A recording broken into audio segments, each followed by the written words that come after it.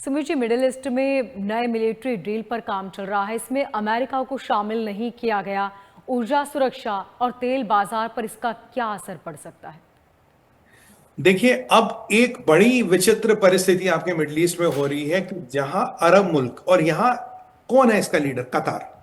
कतार एक अलायंस बनाना चाहता मुसलमान मुल्कों की, जिसमें वो अपनी सुरक्षा खुद ईरान से डिस्कस करेंगे। वो ना वे कह रहे हैं कि भाई हमें अमेरिका की सुरक्षा की जरूरत नहीं।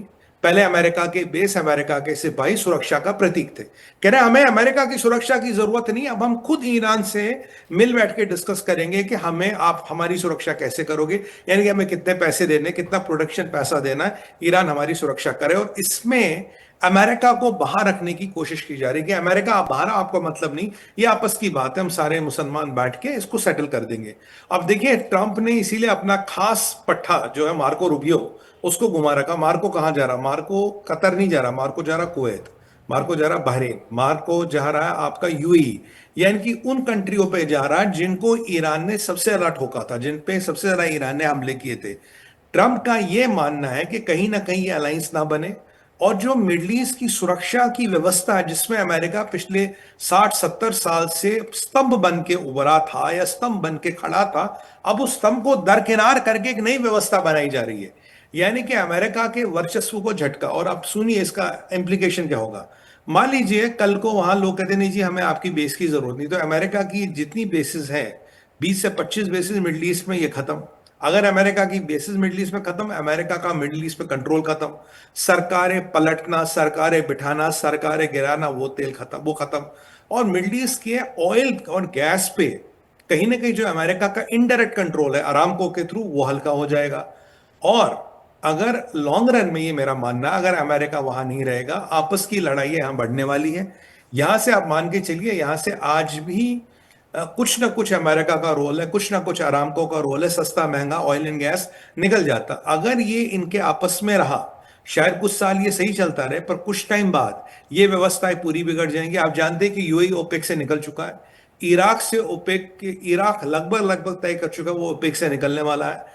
तो अब यहां जो बिल्कुल स्ट्रेट हॉर्मोस पे जजिया या टैक्स की बातें हो रही है, तो ये जो पूरी व्यवस्था थी, जिसको डॉलर और अमेरिका ने कहीं ना कहीं लालच के कारण या मजबूरी के कारण पकड़ रखा था, ये पूरी व्यवस्था डीली हो जाएगी। यानी कि दुनिया में मंदी, दुनिया में पेट्रोल गैस की कीमतें बढ़ना, और दुनिया में मिडल ईस्ट से जो हमारी पेट्रोल गैस आता था, वो कहीं ना कहीं खटाई में पड़ जाएगा परमानेंटली। मिडल ईस्ट में हमारा जो डायस्पोरा है उसको दिक्कतें होगी, जो मिडल ईस्ट में हमारा एक्सपोर्ट जाता है उसको दिक्कतें होगी। और यूएई जैसी कंट्री जो हमारा थर्ड बिगेस्ट पार्टनर है, कहीं ना कहीं उनकी अर्थव्यवस्था पे भी बहुत बड़ा झटका आने वाला है। तो आप मान लीजिए बिल्कुल एक अराजकता सी छाएगी, मतलब जिसकी लाठी उसकी भैंस वाला हिसाब किताब चलेगा।